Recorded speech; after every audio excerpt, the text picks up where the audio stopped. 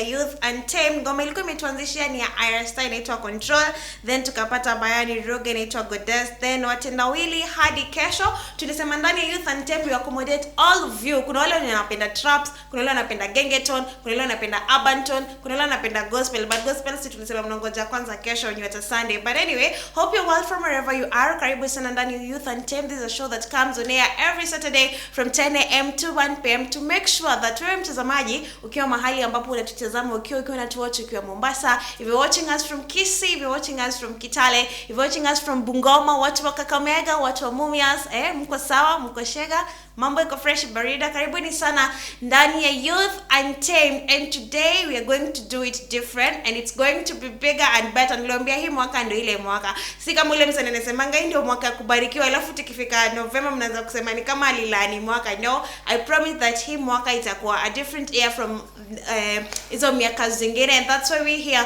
to make sure that wewe mtazamaji you're well versed with what has been trending through the week. Hapa hivi ndio pia utakuwa unapata zile music zinatoka katikati ya wiki na pia zile music zenye mnaonanga zikifanywa challenge pale TikTok. Alafu nashindanga nikicomplain kila time like utapata na ngoma TikTok mtu dance ka snippet then hiyo ngoma ina slap, ukisikiza the whole song hitilafu. But anyway, tulisema wasanii wa Kenya lazima tu support. Tuachane na hiyo leo tuko wawili. I won't introduce the face kwanza, si introduce kwanza mgeni, but tutakuwa tunafanya vile sisi hufanya, and I'm sure you're going to enjoy our today's vibe, our today's energy. Karibuni sana. My name is Zuleka. Follow us on our social media pages. On Facebook you'll find us as Nyota TV, on Instagram Nyota_TV, on TikTok Nyota TV, and on YouTube Nyota TV. Pale niliwaambia wale huwa wanaulizia mbona hakuna repeat Youth Untamed, pale mtakuwa mnapata some snippets of what we've discussed on our show today, and feel free to also changia on what we're going to discuss today or what we've aligned for you today. Karibuni sana. It feels like tuliachana mwaka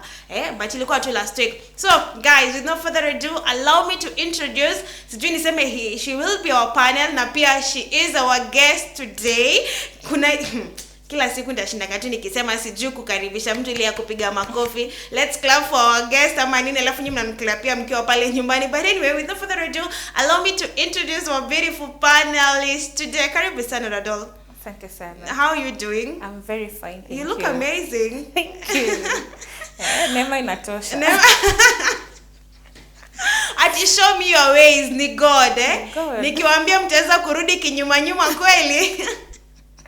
But kweli neema inatosha, mtu akingileta jua neema inatosha. Uko poa? Kabisa. Karibu sana ndani ya Youth Untamed. Asante. We are happy to host you today. I'm very humbled. And najua pia sisi neema itatosha on our end. But anyway, karibu sana. For ule mtu anakuwatch akiwa pale nyumbani, who is Radol?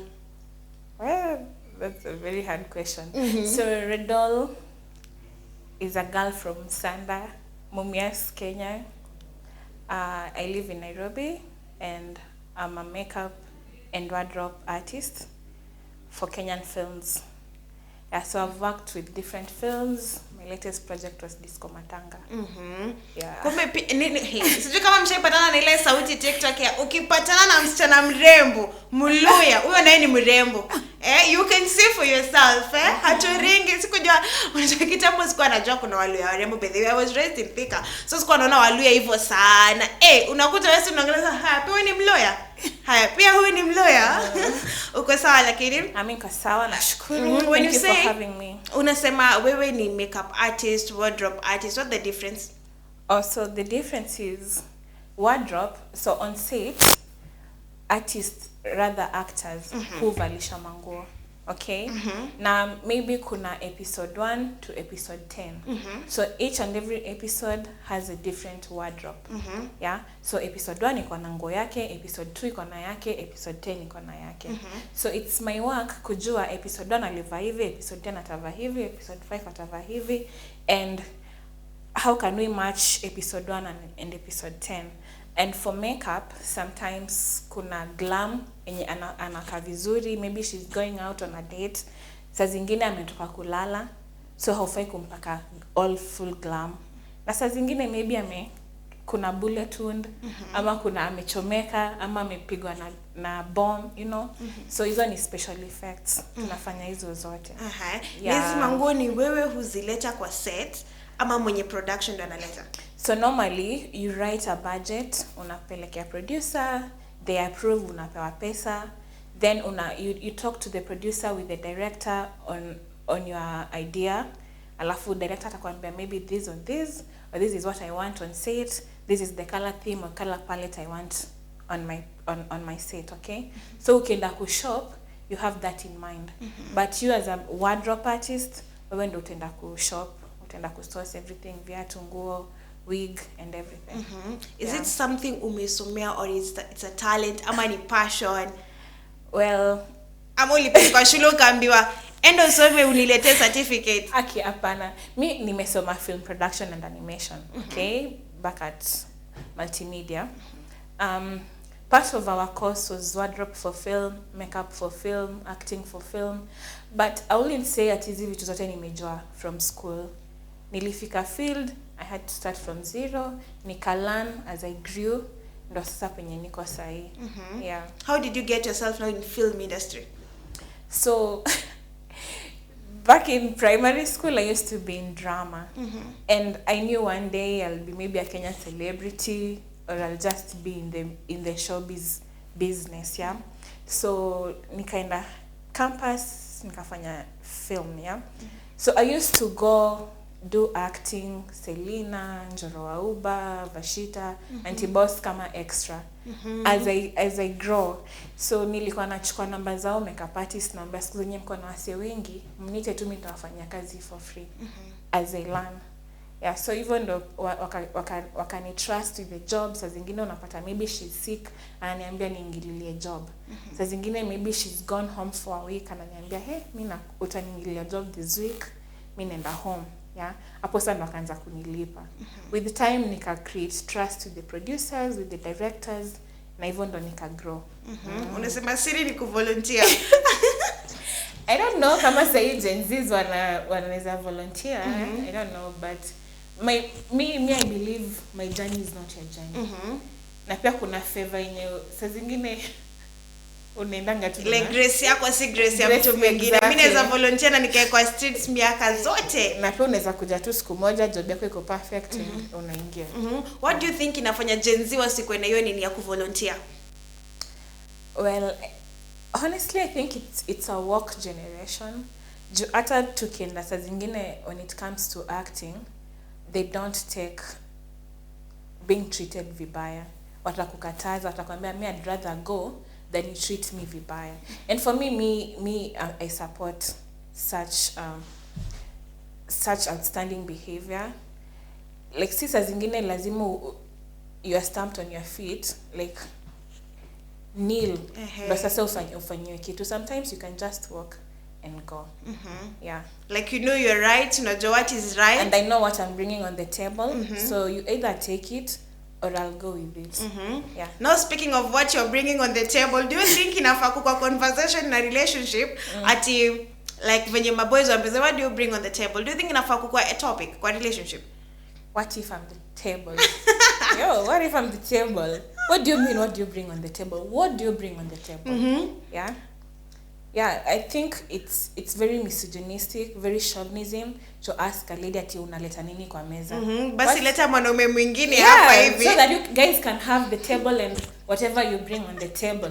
You take another man, kaini hapo kwa hiyo, you know, like it's very chauvinism and very patriarchy and very misogynistic.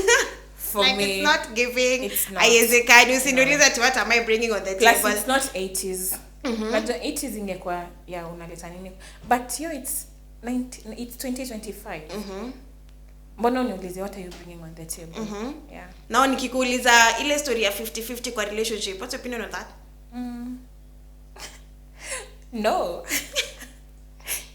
70, it will never be 50-50. Acha ikuwe 70-30, saa zingine 80-20, you know 60-40. Hiyo 30 nini unafanya? Hiyo 30 nini? The table. Now the 70 analeta hiyo table. Augustia like pesa, okay. Pesa yake ni yetu. My money is my money. But I really don't know about that. Lakini hakuna 50-50. Wanaume kwa wanaume. Honestly. Wanawake wafanye kazi za wanawake. Thank you. Can I just be a baby girl, passenger princess? Kenya wasichana wamesema mambo ya 50-50 na wewe mwanaume unafaa kwenda kuhand like ka kitambo ungepata ati mwanamke ndo anaenda kunini kuhand kuleta nyama nyumbani wangetulia home ongoje. But again I think it all goes down to how have you guys communicated. Ni nini mnataka, what are your intentions, okay? And you're 50-50, are you bringing 50-50 to a boyfriend, to your fiancé, or to your husband? You know, it's a different conversation. So I think it all goes down to what are your intentions, what have you guys discussed, and what are your future plans. Yeah, communication is key, very vital in a relationship. Very vital. Jumi sidhani kama nitakuwa na shida ku provide. If you're my husband, maybe something may happen, you've been knocked off your feet, you cannot go to work. It's not a problem to provide at 100, you know. But are you gonna provide that to a boyfriend? You know, it's a different conversation. But I think Rachel Otoma alikampa limelight akaonyesha kabisa dem anaweza mwanaume vizuri. Bora ulikuwa unamtreat vizuri anarudisha. Yes. Like dem atakutreat vizuri ata reciprocate if akiangalia nyuma anaona yenyewe kuna kitu ulikuwa unamfanyia yenyewe kwa worth your sacrifice anafanya sahi. Now back to your career. Umekuwa kwa industry for how long? Since 2019. Almost 6-7 years around there. Yeah. Kwa disco matango umejipata aje? And I think unajua uko behind the scenes mtu hange kuona. So me I think hadi nimekuwa na hii time ya final. Okay. Ndio umetokea watu episode ya ndege tulionekana? Yeah. Which episode? Ya mwisho. Okay, yeah. Yenye imetoka this Wednesday. Mkisema imeisha, the guy was saying imeisha, then ukatokea ukasema hapana bado haiko nani. Okay, yeah. So Disco Matanga, the producer Lawrence Muragi tulikuwa naye Njoro wa Uber. So with film industry sana it's more of your work will speak for itself. Yeah, so aliniita ukajipata kwa Disco Matanga. Ukajipata huko. So it's more of networking. Film industry totally is about networking because all producer akiwa na job mkimaliza, his next project you're likely to be taken. His other projects you're likely to be taken. Bora your work is good. Yeah. So again, your network is your net worth. Totally. Do you believe in that? Yeah, totally. Your network is your net worth. Totally. See, network is your net worth. Your network is your net worth. But if you have money, obviously uta interact na watu wako na do. Yeah, totally. But kama hauna, again, so hapo ndo unafaa ujipoxi ujue how you're maneuvering from this to this. You know, they say show me your friends and I'll tell you who you are, okay? So if you're sitting next to 5 billionaires, probably you'll be the 6th one. And the reverse is true. Yeah. Lakini kama una brains za street man, huwezi kwa hiyo asset, huwezi kwa billionaire asset, utakuwa steward kwa millionaire. I mean, again, yeah, Jota mimi, like, I've had to maneuver because nikianza film nilianza kama acting. So ndo nilikuwa nakwambia nikienda set nachukua namba ya makeup artist na hey mazee, I'm so passionate about makeup, this is my work. Naweza kuja tu kufanya, you don't have to pay, like pay me na learn in the process. Even though you just proxy yourself back at the end. So kwa zile film ambazo umeshoot ama kwa makeup artist not shooting, umekuwa makeup artist kwa hizo film, ni gani unaweza sema yenyewe uli deliver? Well, kuna yenye tulifanya ya Showmax last year, inaitwa Nilichoma. It's a docu-series, first docu-series in Kenya, by the way. Nilichoma, produced by Dean. So basically it's about Kenyan celebrities or our godfathers. They had money, but in the process wakatumia in what ways, and now they're broke. So kuna hii episode tulifanya ya Samburu. Those guys walikuwa bombed they were bombed in around 80s 90s. Then they were compensated with the British government, almost 20 million, 16 million. So imagine people from Samburu wanatumia hizo pesa zote for doing absolutely nothing, just drinking and women and all that. So I had to recreate the bomb scene. How walichomeka venye wanakaa in the hospital. Then it's a process of fresh burns to healing, to night dry wounds, to now completely healing. Now it's a scar. I mean, it was a challenge kabisa ile like, can I deliver this? Can I really deliver this? Yeah. So hiyo ndo nasema it's my biggest project and I really delivered. Na sasa since kama hizo unatoa wapi idea zako? So honestly, it's just Googling and asking. Thank God we have a group for all the makeup artists or film. Yeah. So you'll just ask someone, no, manze niko na hii bouncing and it's supposed to be a scar. It's not wet, it's dry and it should be like this. Unaona nifanyaje? Me, I'm thinking I should do this and this. Nakwambia no, hiyo haita stand the sun because such scenes Samburu we used to shoot in Magadi and it's sunny, it's very hot. So unapata the glue you're using can melt. And maybe the scene ina take for 4 hours and it needs to stay there. Yeah. So kitu kama hiyo unachora for na how long? So normally unaambia, so kuna assistant director ndo utamwambia I'll need 1 hour for makeup, I'll need 2 hours for makeup or 3 hours for makeup. So hiyo inamaanisha mtakuja set around 5, have breakfast, then maybe 6:30 you start your makeup. Now if you've asked for 2 hours, 6:30 to 8:30 uko umemaliza everything. So kama hiyo tulikuwa tunafanya alikuwa amechomeka the whole body. Now you need to create a scar the whole body. That is putting him glue, unangoja dry. Now you have blood rise, unampuliza. Now you create the burns, you have to put blood inside. But sasa we just make everything. Yeah, kenye tunabai tuni hiyo glue, we make the blood. We use tissues to tengeneza the skin, the burnt skin na hizo illusions. Yeah. But do you think social media pay me affect industry yenu? Totally kabisa, kwa sababu unaona jobs kama za adverts, you'll be asked for your social media handle, your Instagram handle. Sometimes it can be used as a portfolio. So normally ukimaliza kama show isha air, you can post your work. Normally me, I'll just send you my Instagram link, you peruse through my work, uone what I've done na kama you can work with me.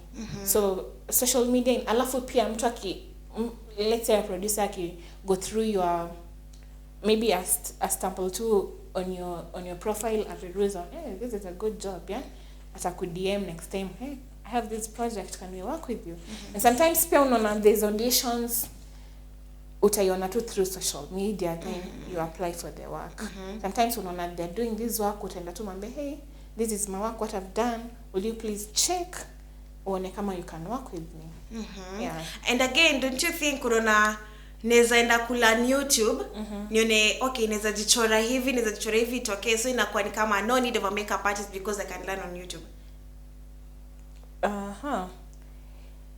No, on set ama you as a person? As a person and pia on set. So on set, kazi ya actor ni kushika lines na kudeliver. Msema kianza kusema anaweza kujichora hiyo ni kerere. Hata it's not even in her contract. Hata she's not supposed to do that. Okay, she is paid to act and deliver. If she's gonna pack her own makeup, then you'll have to pay for that services differently. Yeah, but job yake as an actor is to shika lines and to deliver and have emotions. So imagine uko na scene yenye, let's say maybe your husband amedie. Umekuja set, have breakfast, now you need to get yourself into the character, alafu bado unaambiwa ujipake makeup. You cannot. Yeah, alafu pia maybe hauta understand his scene venye mimi nikisoma script na I break down differently. You as an actor, how maybe you want to look beautiful on screen. Na he in a particular scene haifai hata ukwe na makeup. Unafaa tu ukwe maybe na tears. Okay, na uende umetengeneza eyebrows, umepaka lipstick ya red. So you will not understand. Yeah. Na ile time yenye wewe umeambiwa ingie set na pia bado unafaa kupaka watu makeup. As an actor? Yes, as an actor. So basically lazima ujipange. Kama mimi by the way I act, kama nime act episode 2 ya Disco Matanga volume 2. But sasa lazima uone kama you are swamped, then you cannot act, because contract yako inasema you're a makeup artist. Actors need to be ready. Or maybe you bring someone on set. Sasa nimekuwa nakwambia mimi nikianza, when uko swamped ama you want to do something differently, you bring someone that stand in. Otherwise, totally your work is to make the actors look good, wasi shine on camera. If they need tears, if they need sweat, evil. Yeah. Now as a makeup artist, tutaambia yule mtu mwenye hajui kala yake, how will I know that mimi kala yangu nafaa kupaka hii shade? So, first of all, mtu mwenye hajui kala yake inamaanisha hatumii the right products. Because if you're buying the right products kwa the right shop, wa mnafanyiwanga testing. Unaambiwa, so for instance, mtu kama wewe, your number is 360 ama 362. Na ukienda kwa Maybelline shop, ukienda Super Cosmetic, that is exactly what they'll do. They'll test your color, wajua kama you are, not just the color, but pia kuna types of skins. Kuna oily, kuna dry, kuna normal to oily. Okay? So foundations bado unaweza nunua foundation ya maybe dry skin and you're oily. You'll crack, you'll look cakey. So ukinunua hizi foundations zinaenda Dubois, ukienda kununua foundation Dubois ya 300, ndio sasa utapata unanunua kalasi yako. Unajipaka unakaa kama ni keki kama ile line ya Winja, ati ningeongea matope lakini ushapaka kwa uso, something like that. Yeah. Ningeongea matope lakini ushapaka kwa uso, yote imeisha kitu kama hiyo. So ama unapata different color one people. Unapata umenunua shade and it's lighter than you ama slightly darker than you. Yeah, because you're not buying the right foundation. Yeah. Now how you are talking, mtu atafikiria sasa umeenda shule. Ni streets. Ukiambia mtu ati nililania kwa streets na kuvolunteer 1-2 haezi amini. But I think ndio inafanya mtu asianze kujipaka bila kwenda kuconsult kwa mtu akona weledi hizo vitu. Totally. Juu ukienda kujifanya ni kama unajua, ni kama umelani YouTube, ndio nakumbuka that's where makeup artist comes in. Yeah, mtazamaji, najua unaendelea kumfahamu Radol kwa undani. Watu wamko mnamjua kwa disco matanga ikiisha hii ya mwisho, hii ilikuwa Wednesday. Juu kama mliona kitokeo akiwa airport. By the way, ilikuwa airport kweli? Tulikuwa Wilson. Sisi tunafanyanga vitu realism. Unajua kuna formalism in film na kuna realism. Realism ni kama unafaa upande ndege, unapanda ndege. You see ndege ikipanda juu ikienda. Okay? Kama unafaa uende kwa meli, utaonekana kwa meli. Yani it's reality. Yeah, kama unafaa ulali. Sasa una act kama unalala, no. If you're sleeping, you're sleeping. If you're crying, machozi inafaa itoke. All emotions. Yeah. Mlisema disco matanga, ule alisema haiko, ukakuja ukasema itakuwa. Ni ukweli iko ama mtaki kumwaga mboga? Hamtaki kumwaga mboga. Sasa simwage mboga. Yani ikiwa mtajua tu. Ikiwa mtajua, but I'm hoping itakuwa. Jupia kai itakuwa na job yako imeenda hivyo.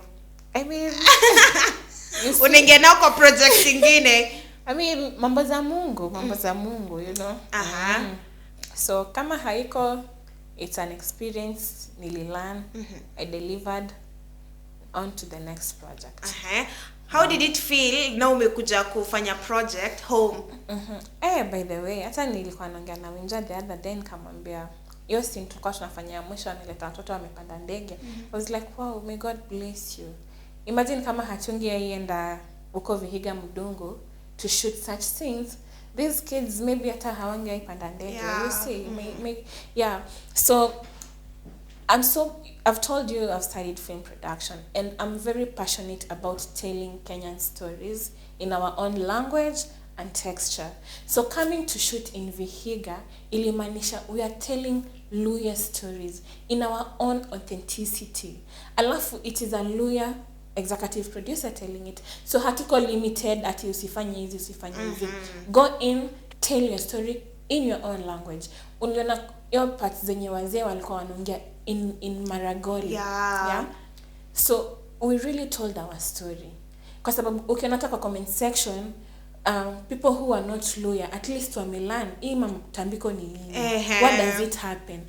Mbona walikuwa wanatry kwenda Nairobi, but they come back because they need to do this and this. Why did they do this? Why are they running?